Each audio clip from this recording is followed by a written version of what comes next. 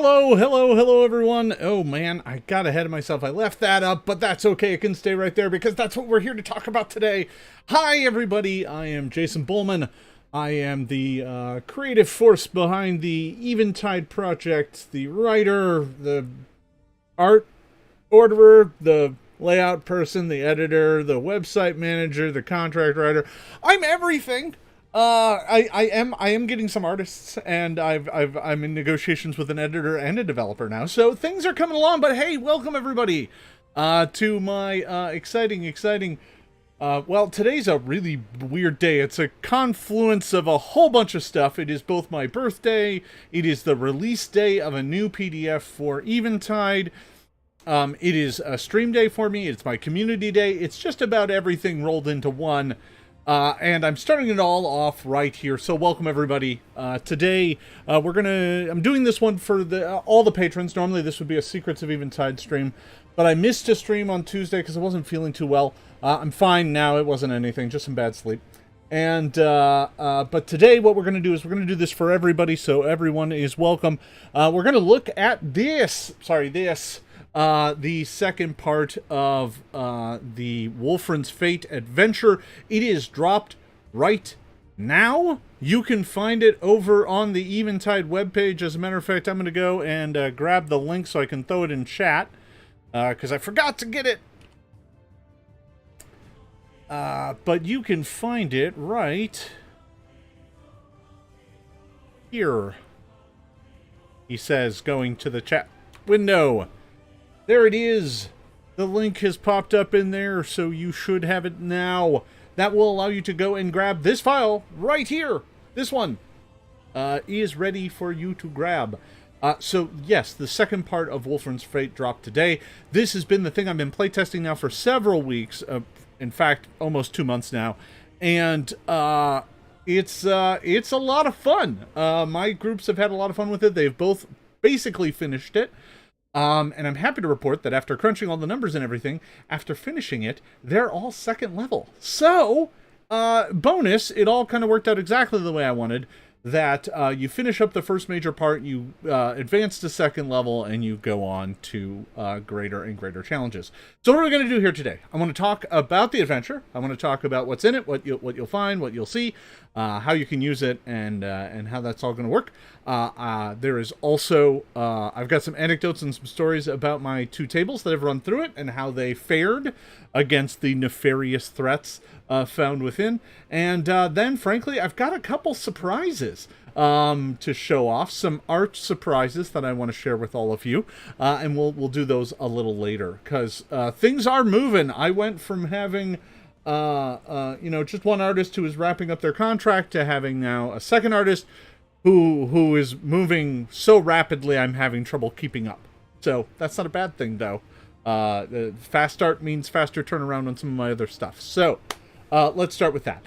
Okay, so to get things kicked off here today, let's talk about Wolfren's Fate, parts 1 and 2, because these two halves make up part 1 of the adventure. So the first half is, the opening of the tower. You get to enter the first floor with a bunch of other groups, and you get to explore around and deal with the constructs and the ghosts and, the various dangers of that first floor. You can eventually help the Major Domo, and the Major Domo gives you, and you alone, a key that allows you to get access to the second floor. And that's what this second part is the second floor of the dungeon.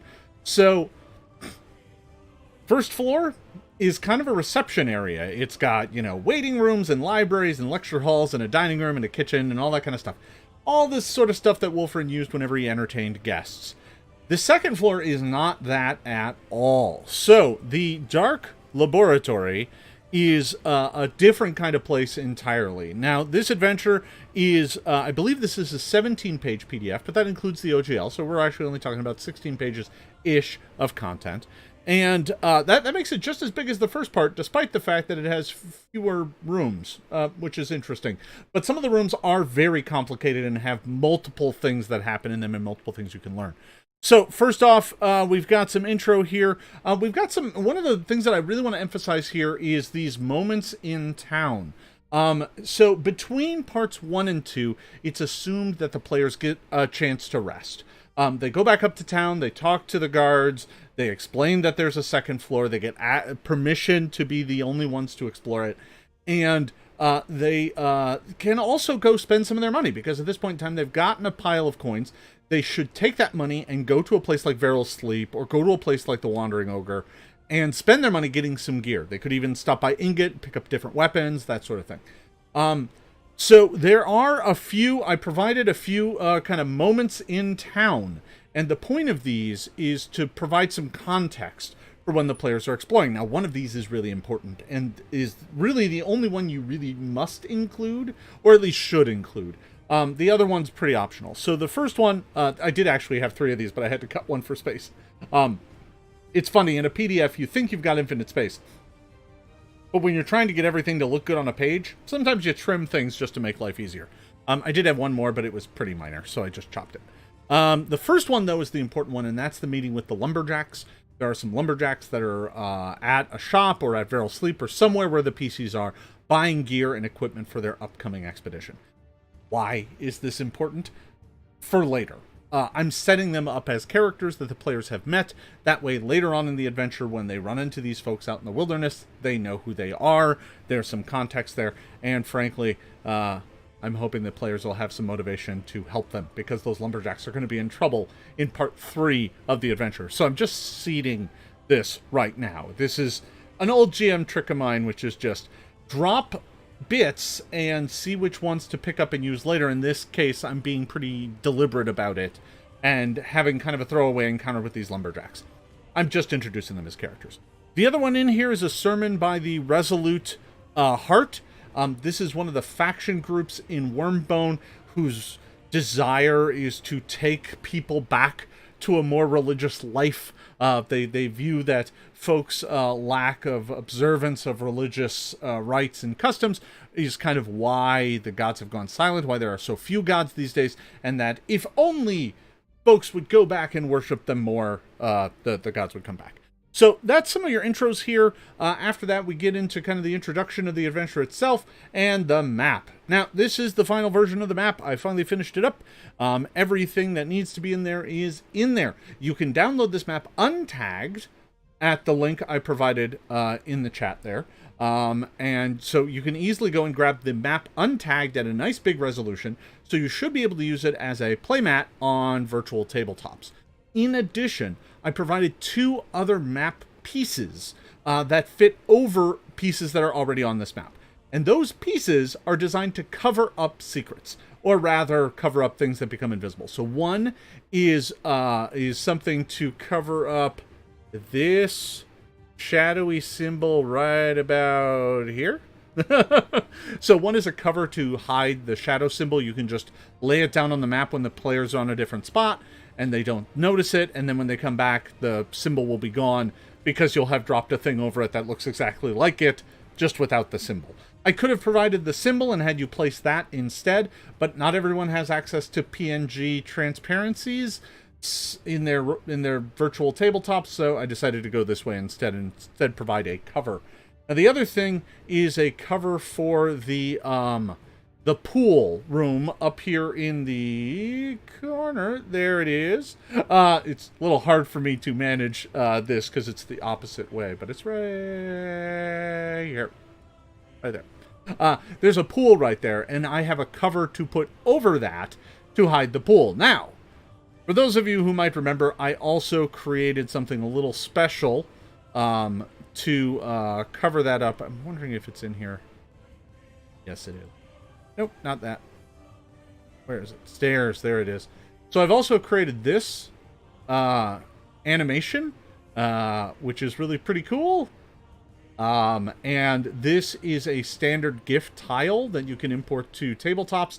And as long as you can control the animation by pausing it and deciding where it loops, you can use that, pause it on the water part, and then play it when the players finally uncover the secret door. So I'm going to drop that into the Discord later on, probably tomorrow. I'll drop that in the Discord so everyone has it. And then you can just use that plus the cover pieces, and you can make it work. So there is So those pieces are available right now, so you can grab the PDF, this map, and the 2 cover pieces right now. They're all over at the link. So that's the map of the dungeon. Let's see. All right, so then we get into the encounters. These are pretty straightforward. I've got some good... a lot of the art that you're seeing in here, by the way, is stock art. The stock art is some great stuff I picked up through Drive-Thru. Drive-Thru has an entire library of stock art that you can purchase. So this is art I've paid for. It's just stock art, and it's not specific to my adventure, but I was able to find things that work. So, you know, in the servant's room here, you find a tea set. So, hey, look, there's a tea kettle. Sure, we'll use that.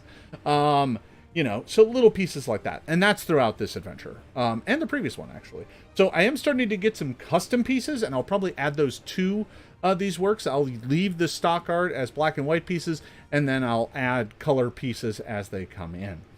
So here we have the start of the second part. You start in the servant's room. There isn't really much there to do. It's just there to give the players a place to set their tokens down and get ready. There is then, of course, the elevator shaft down the way. This is the elevator that up in the previous floor wasn't functional. So that does exist. And it, of course, goes down to this floor, and I made sure to match it. I'm a real stickler for when, like, there's 2 staircases on this floor, and they go down to the floor beneath it. Well, they better have the same damn relationship on the map below. Otherwise, I'm going to notice. I am that guy who notices. So in this case, I've got an elevator and a stair, and they, of course, both match their position and spacing. But then you get into the kind of meat of this. The halls of display is one of the bigger pieces in this. There's some fun stuff in there because this introduces a whole bunch of history and lore. There's like 4 displays in here, one of which contains the first truth. And I don't even call it out as such because the players don't necessarily know it is such yet. But this is it. This is the moment where they get the first truth. And remember that this all ties back into the 7 truths, which is the study that Arvanis did hundreds of years ago before taking his own life, shortly after the days of Eventide. These 7 truths are said to speak to the true nature of what is happening. So this is the first one, and it reads, "There's but one thing you must take from this missive, my queen. It is this singular truth, that the very fabric of magic has come undone. Like pulling on a single thread might destroy a larger tapestry. Damage I'm not sure that can be repaired. Your Highness, magic is dying, and those who rely upon it shall suffer the same fate." That's the first truth. So the players actually get that first bit, and they kind of get it here as just kind of a throwaway thing. And that's the way I want them to first experience it, is this kind of thing that they're like, oh, that's weird, that's probably not good, but not understand the full ramifications of what it is that they are seeing. This also has a ridiculously powerful trap around it, and it's just a reflection trap. It actually only does the damage that you do to it back to you. So it shouldn't be deadly to the players, despite the fact that it is very high level. It's high level because Wolfren made it, and that makes it almost impossible for the players to disable, right? They have to make a Thievery DC 28 to turn it off. They're not going to make that at first level. They might be able to make it later, but it's one of those things that right now they just don't have the tools. Which is good, because I don't want them taking any of these things right now. These things are actually worth a lot as ancient historical relics, and they shouldn't have them. So some of the things that happen here in this first bit, it is really interesting because I'm giving them access to something that's, frankly, this library is filled with a lot of treasure. There's more treasure in here than they should technically get, but some of it's kind of hard to use. So the ruined library, which is kind of, if I look back at the map here,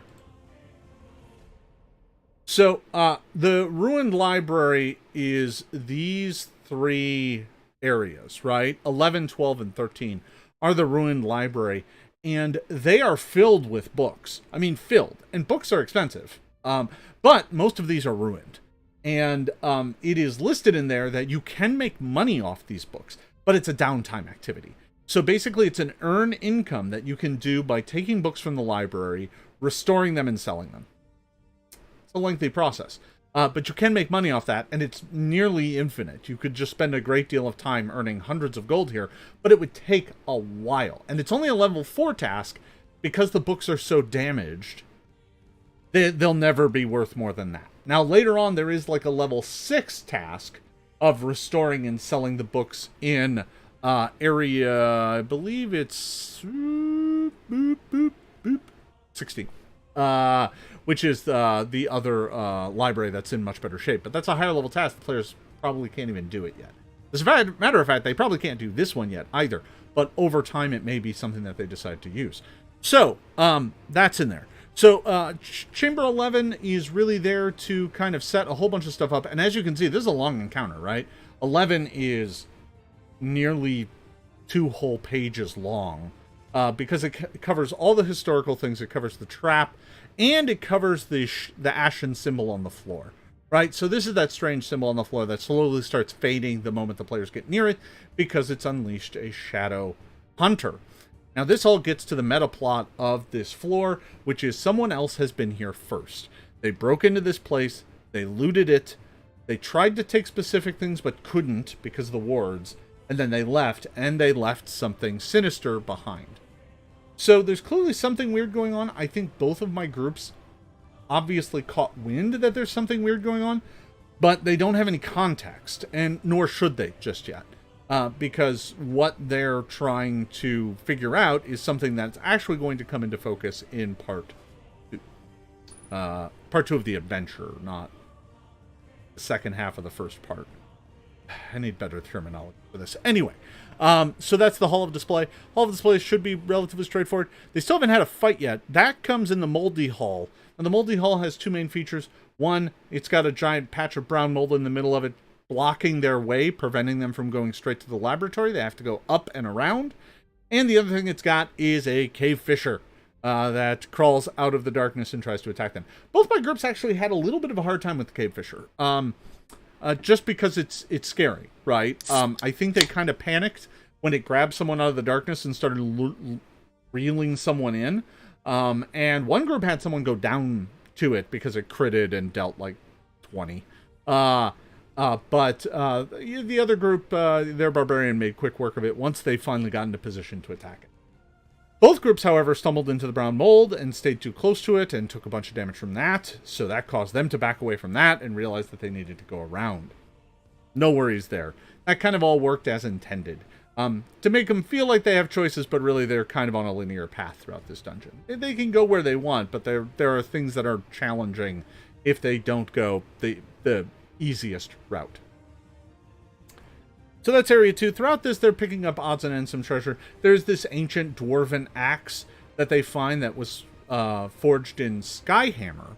Now, they're not really going to understand the context of this yet, but it's listed as one of the last dwarven war axes crafted in Skyhammer because the dwarves abandoned it, right? As they started falling prey to the call and going underground, their major cities just were left abandoned, and Zankar took most of them. So Skyhammer is currently the capital of Zankar. It used to be the capital of the Dwarven Empire. So there's that. And this axe is one of the last axes crafted there by dwarves. All right. So then we get into the ruined library, and here's my rat boy. Here he is. Hold on. Get out of the way. Get out of the way. There he is. Hey, Ratty. So, yeah. You know. Rat art. Always good stuff. The ruined library. This is the chamber all the way to the north. And obviously, barbarians have an ability called short encounter. That is true. That is true. They hit like a truck. Okay, so the ruined library, this is the very uppermost chamber with the connection to the sewers. Both groups started to play the game of, hey, we don't need the permission of the people up above. We just need to find a way in here from the sewers. I think that I may give them that access later in part 2 of the adventure, but we will see. That said, both groups realized that they could do it. They would just need to explore the sewers, which they're not willing to do just yet, which is fine. Either way, the town isn't really there to be a blocker on this dungeon. I feel like both groups have come away with the impression that they are, just because they own it, and it's like a town monument. And I get that, but also they wanted to explore it just as much as the players want to explore it. So, there's some synergy. All right, so the Ruin Library, this is kind of the last bits of the library, and there's a bunch of rats and some more things they can learn. There are a couple interesting magic items they can get in here, including a very interesting book that is a... what's it called? It's a grimoire. That's right. It's a grimoire of insight. What it does is it's an arcane spellbook that also helps with identifying a magic item once per day. That's it. Nothing too special. Great item to give low-level characters so that they can identify items a little easier. So other than that, there's a few other odds and ends of treasure, and then we get into the laboratory. And this encounter is huge. I'm not going to lie. This is a very, very big encounter. It starts here on page 8 and goes to page 10. It is a full 2 pages long. It is a gigantic encounter with 3 different steps in it, the first of which is a bunch of slimes that break out that have been in here forever, bubbling away in ancient cauldrons, and they are hungry, so they break out and try and eat the players.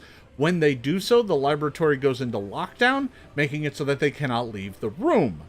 That then leads to them needing to solve the lockdown by creating Formula 14, the mystical formula that Wolfren penned in his book that is used to dissolve a block of amber, inside which is a scroll tube that contains a key phrase of nonsense that, once said, ends the lockdown and causes the barriers to fall.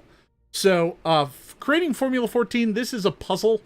Both groups interacted with this in a way that most groups interact with a puzzle, in that a few people really engaged with it and really liked it, and a few people were like, I'm terrible at puzzles, and just hung out. That's okay. I don't think this is the sort of thing that I expect everyone to interact with, but for some players, they will find it a real treat, and other players will be like, that is a thing that someone should solve. And that's fine. So both groups took care of that. Now, there is the entire text here. There's also a diagram here that kind of shows you how the puzzle actually works. There is also a handout later that helps illustrate it for the players that is meant to be an in-world handout. I'm going to skip down to it here real quick. There it is. So, oh, nope, one too far. So this is the Solution 14 handout that includes the entire text written out in a nice fluid, frankly kind of hard to read font. And then down below is, once again, the puzzle broken down into a math equation so that the players understand that basically what they're trying to do is a math puzzle. Hidden behind a bunch of alchemical mumbo-jumbo. Everything in that page is made up. None of that's real. I mean, I guess water is in there. So that's real. Real-ish. Pure water, though. Good luck.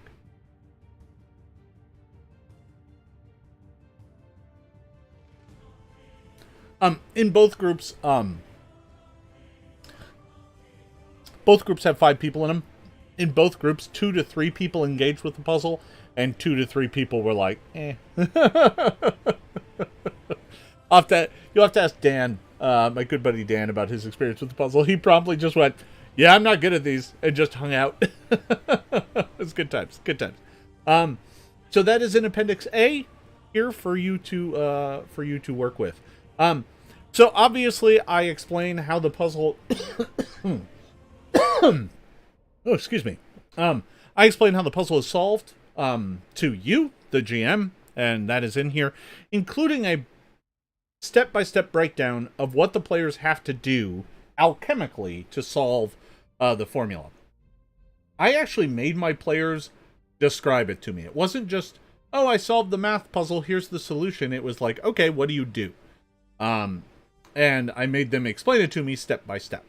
It was a little bit more immersive that way, and took it from being kind of just a puzzle into a, oh, we're doing alchemy, right? Which was fun. So there's that. And when that is done, then we get to the final stage of this, which is the Shadow Hunter. Now, this fight was really, really tough. And I very specifically mention in here that this thing is not here to win. Because I very easily could have killed half the party with it both times. And it's not necessarily because it's super powerful. It is dangerous, and in that it is an incorporeal creature. It's not undead, but it's made of shadow, which means it's kind of hard to hurt. Players have to do 8 or 9 points of damage to hurt it. Now, this new creature is in here. It's in Appendix C. The Shadow Hunter is right here.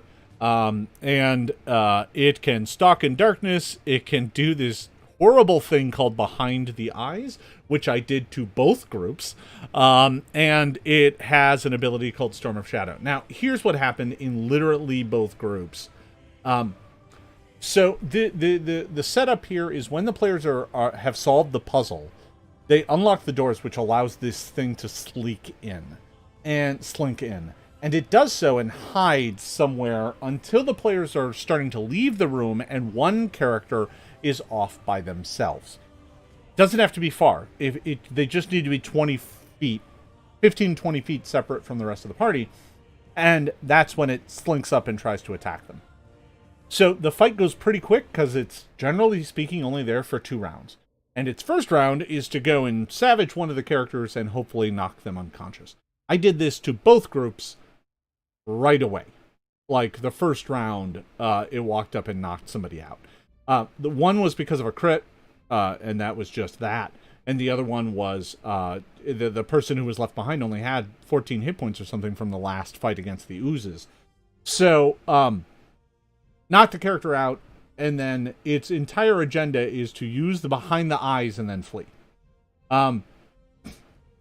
In both cases, I was able to use Behind the Eyes, and then, in both cases, also use Storm of Shadows to escape. And that made for a very, very tense encounter, because I had one character who was unconscious, dying. Most of them were taking bleed damage. They also very likely were taking damage from the Storm of Shadows, because that does negative damage. So you had characters where they're at dying 1, and they're going to take bleed, and they're going to take area damage. That's going to drop them right there to dying 3. And then if they fail that save, they die, right? Or that dying flat check. So in both cases, both groups panicked and found ways to apply some healing to that character. Didn't necessarily save them from, being knocked unconscious again, which is what happened in one of the groups. But was very, very tense. They had to pull out all the stops to try and get that person back to positive hit points. That way, when they took the bleed and took the shadow damage, they didn't just die. But frankly, it was a close thing, right? The bleed damage, fortunately, both of these are one is start of turn, one is end of turn. So, it's tough stuff. And both groups did have quite a bit of a challenge with it. So, that was a very, very tricky fight. In both fights, the Shadow Hunter got away. In both fights, the Shadow Hunter took a little bit of damage.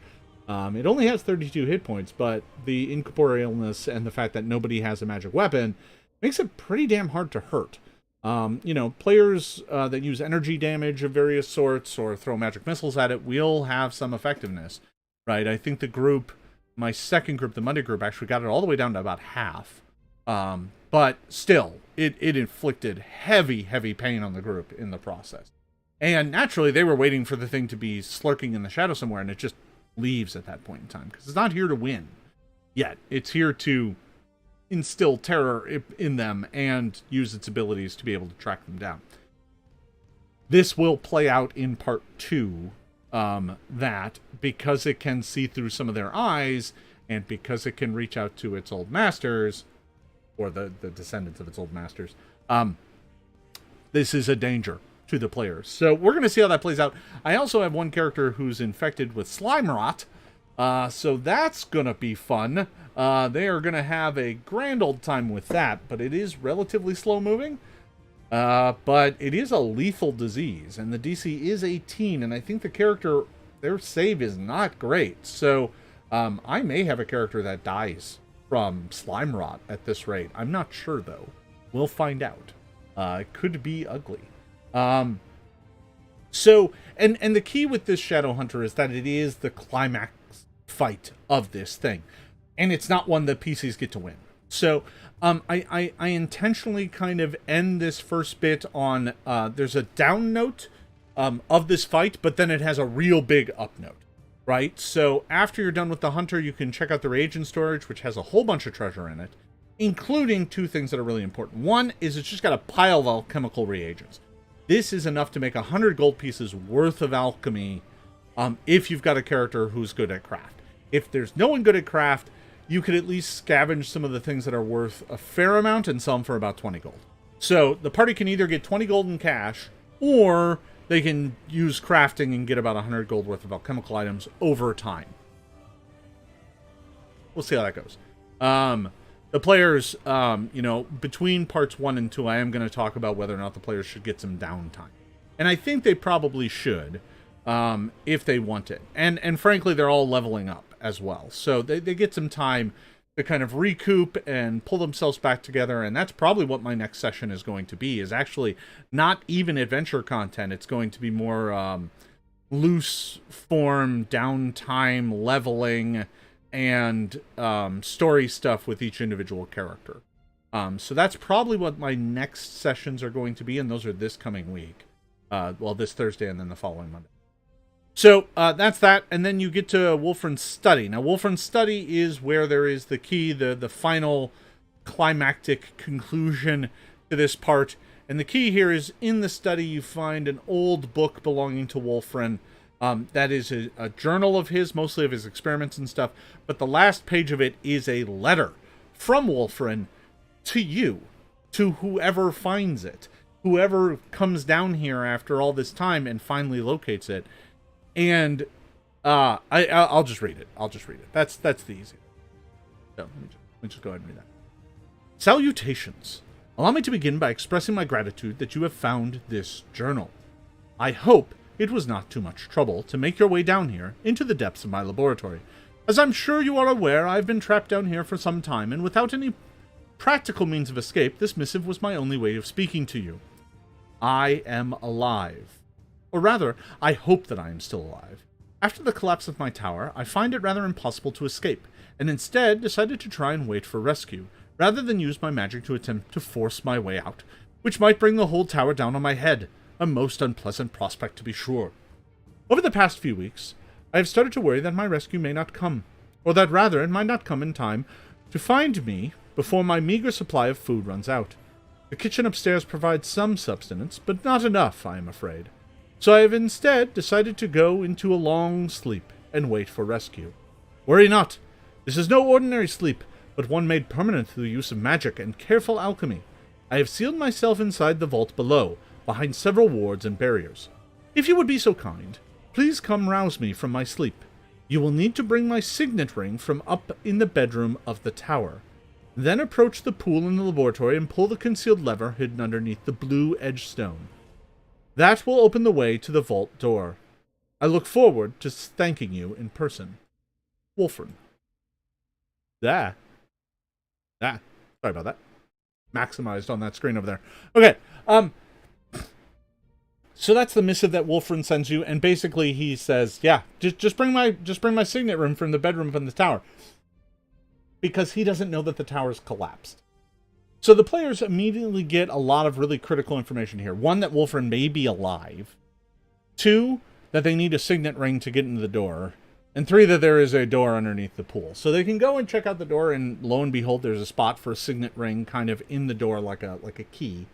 But they don't have it. And they know it's not upstairs because there is no upstairs.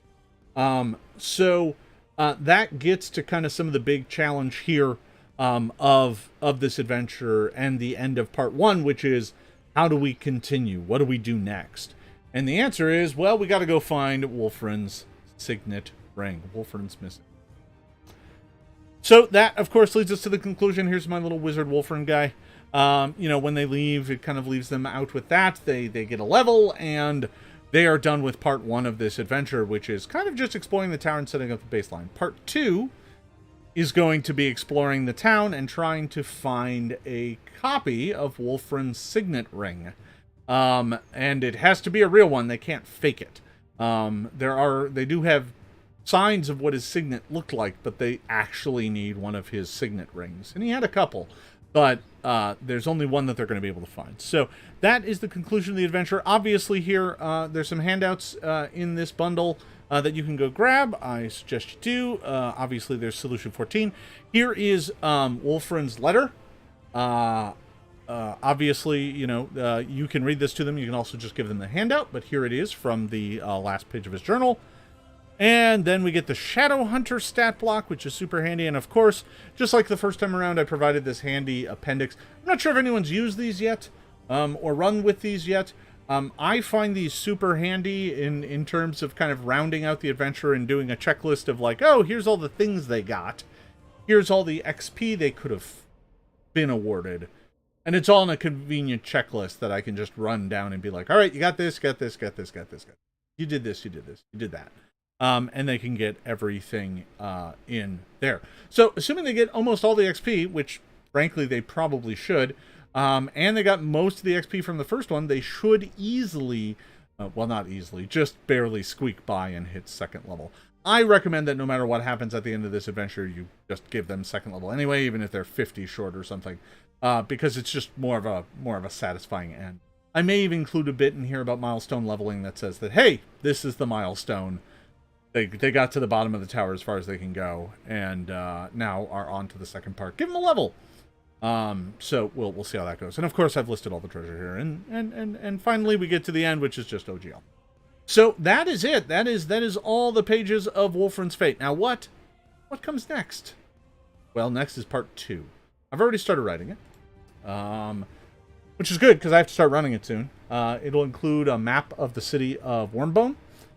Which is something I desperately need to finish. Plenty of locations around Wormbone itself. We discussed this in a previous stream about what the second part of the adventure might contain. But there's a lot of fun stuff in there. It's kind of a puzzle. They need to go around to a bunch of various places. They'll need to do some tasks for folks. They'll need to help out some folks. And throughout all this, they'll slowly track down the fact that Wolfren has a brother. And that the brother does not live in Wormbone, but the brother did visit Wormbone after Wolfren's death and pick up some of his personal effects and take them home. So the whole thing is about learning that Wolfren has a brother, learning that Wolfren's brother picked up some stuff from Wolfren that was left behind outside the tower, picked up some personal effects, and that the brother lives in Red Thistle. That's the last thing they learn, is where the brother lives. Or rather, lived. This is 300 years ago when he was human. So, the end of part 2 is them finding out that Wolfren's brother lives in Red Thistle, and that the next part of their adventure is a journey to Red Thistle. So, the, other thing that's happening in part 2 is there's a festival. My brain just short-circuited for a second there. So there's a festival happening because it is the festival of Eventide. It is actually happening during part 2. It is the end of Octran, the 10th month of the year. And their kind of Halloween is a remembrance of Eventide. So the Eventide Festival is coming up, and this is also when this other group of shadowy individuals that infiltrated the tower centuries ago and really doesn't want anyone messing around in there comes calling for the player characters. And that is the big conflict in part 2, is the players are being hunted by these others. And the Shadow Hunter from the tower is one of their servants. So,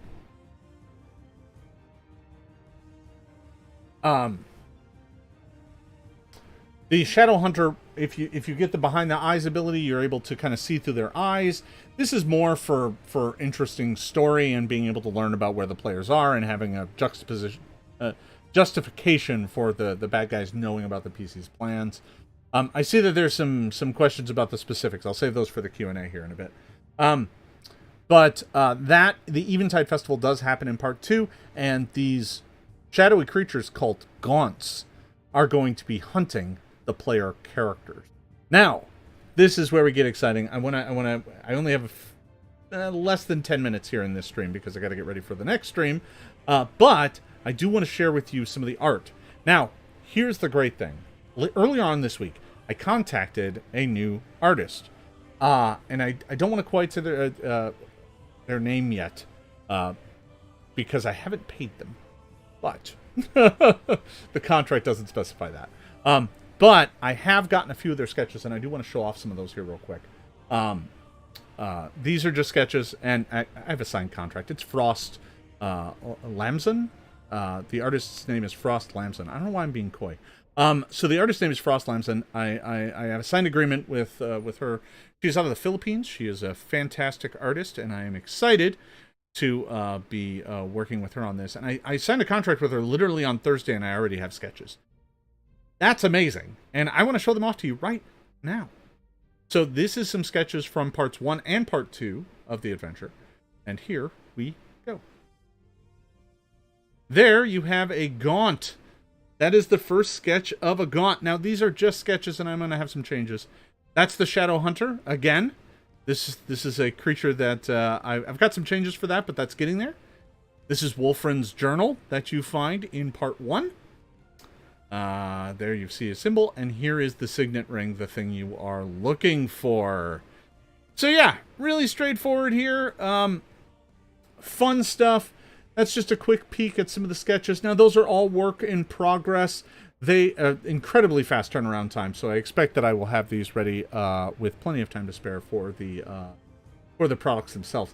But there's some good stuff in there. That Gaunt is a very interesting creature. I'm going to be really excited to kind of showcase this. It is the first one in here, so if I bring it back up. Yeah, these guys are creepy and are meant to be... Their proportions are kind of off. You'll notice their hands have too many finger joints. They're creepy and weird, and they live in the dark places. I can't wait to show off more of them. But speaking of art, I have something a little bit more exciting, even more exciting for you. I'm giddy. I'm giddy because I have the cover art for the player's guide. I have the final, and I want to show it to you right now.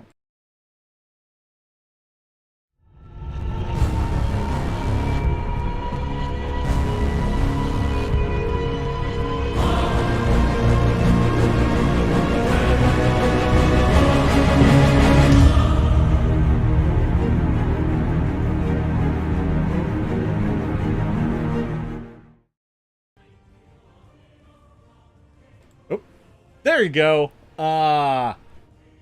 That's the cover. That's the cover to the player's guide. I am super excited about that. William Hallett did a fantastic job with that piece. I am super happy with it. I have that fully layered, so I can do like parallax animation on it in the future. I am super excited about it, and it's all thanks to you, all of you. You've all helped make this possible. Art is by far the most expensive part of a RPG product. Words are cheap. I can generate words all day. But, one entire page of my words is, $100. One entire page of art is $1,000. So, art is very expensive. It's very important to success of a project. And I'm excited to be able to bring all this cool art to all of you. So we got a few minutes left here. If folks have any questions, I'll be happy to answer them. I do want to wrap this up here in just 3 or 4 minutes to make sure that I have plenty of time to get ready for my birthday stream, which is coming next over on Twitch. So, yeah.